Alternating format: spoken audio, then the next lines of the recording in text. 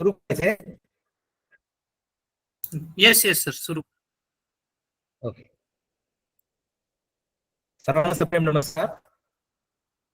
सहकार कायदे या आपल्या विषयामध्ये सुरुवातीचा जो आपला पहिला अभ्यासक्रमाचा भाग आहे त्यामध्ये सहकार कायद्याचा इतिहास, त्यानंतर सहकार कायद्याची उत्क्रांती, आपण त्याला म्हणूयात की सहकार कायद्यामध्ये कशा पद्धतीने बदल झालेले आहेत, त्यानंतर सहकार कायद्याचे महत्व हा आपल्याला त्यामध्ये टॉपिक आहे. त्यानंतर सहकारी संस्था संबंधी राज्यघटनेमध्ये काही तरतुदी करण्यात आल्या, तर राज्यघटनेमध्ये मूलभूत अधिकार असतील किंवा मार्गदर्शक तत्व असतील त्यामध्ये कोणतं कलम जे आहे त्यामध्ये टाकलेलं आहे ते सुद्धा आपल्याला या पहिल्या अभ्यासक्रमाच्या विभागामध्ये आहे.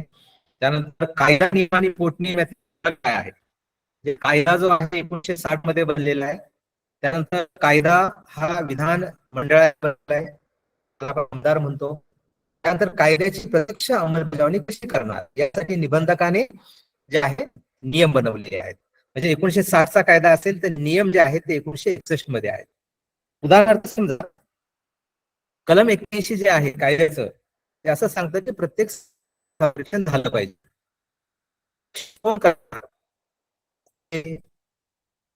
चार्टर्ड अकाउंटंट आहेत किंवा कॉस्ट अकाउंटंट आहेत किंवा प्रमाणित लेखापरीक्षक आहेत, तर याची जी माहिती आहे ती आपल्याला नियमामध्ये दिलेली असते. आणि पोटनियम जे आहेत की दैनंदिन कामकाजामध्ये संस्थेनं कसं काम करावं यासाठी संस्थेच्या प्रकारानुसार पोटनियम दिलेले असतात. आणि त्यामुळं सगळ्यात जे आहे त्याला आपण राज्यघटना म्हणूयात. राज्यघटनेला अनुसरून कायदा बनवला जातो. राज्यघटना हा देशाचा सर्वोच्च कायदा असतो आणि त्याला अनुसरून जे आहे ते कायदे बनवले जातात.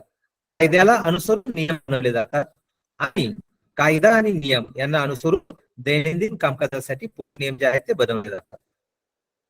आपण सहकारी संस्थेची व्याख्या पाहिलेली आहे, त्यामध्ये संयुक्त सामान्यांच्या गरजा वगैरे असा शब्द आलेला आहे. हॅलो, बापरे, चालेल. मग 2 मिनिटांनी काय करूयात आपण, मला वाटतं ते व्हॉट्सअपनेच होत असेल, परत जॉईन करू. दुसऱ्या ठिकाणी जातो मी जरा, तर आहे खाली. ठीक आहे, 2च मिनिटांनी. हा, आता येतोय सर, आता येतोय आवाज आपला, आता येतोय. नाही पण ते व्हॉट्सअप याच्यामुळे होत असेल सर. ओके. आवाजामध्ये अडचण येते का काही? हो, आवाज येत आता नाही. क्लिअर येतोय, आता क्लिअर येतोय. आवाज येत नाहीये?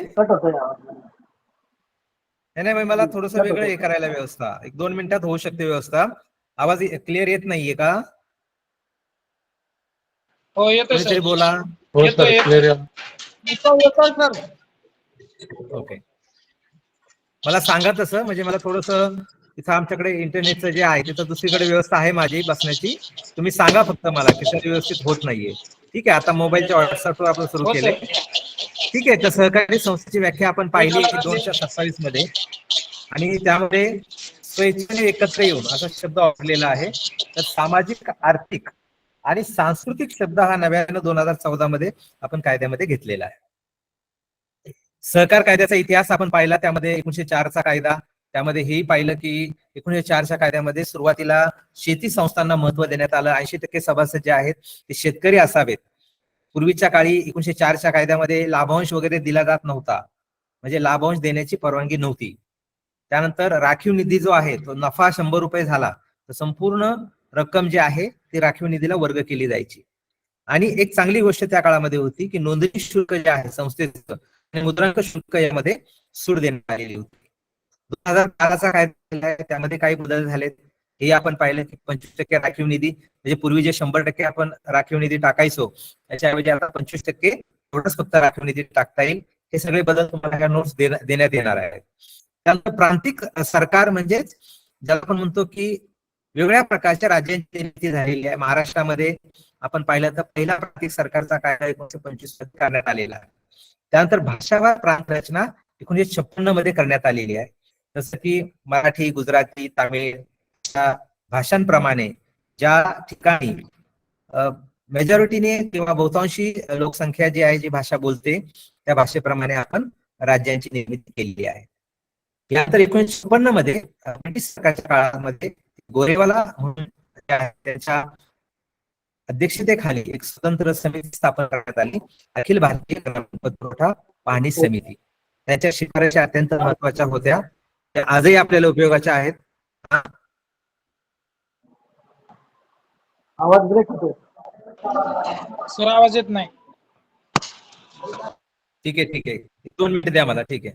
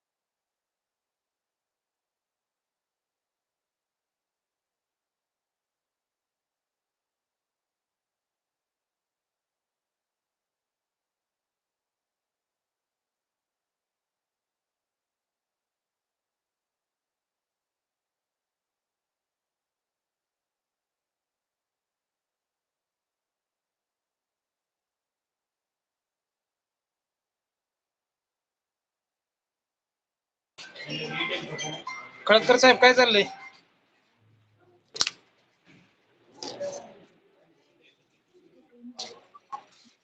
हा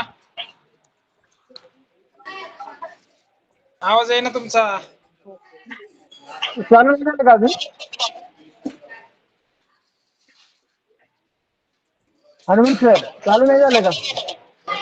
नाही झालं चालू. बरं. रेंजचा प्रॉब्लेम आलाय त्यांना.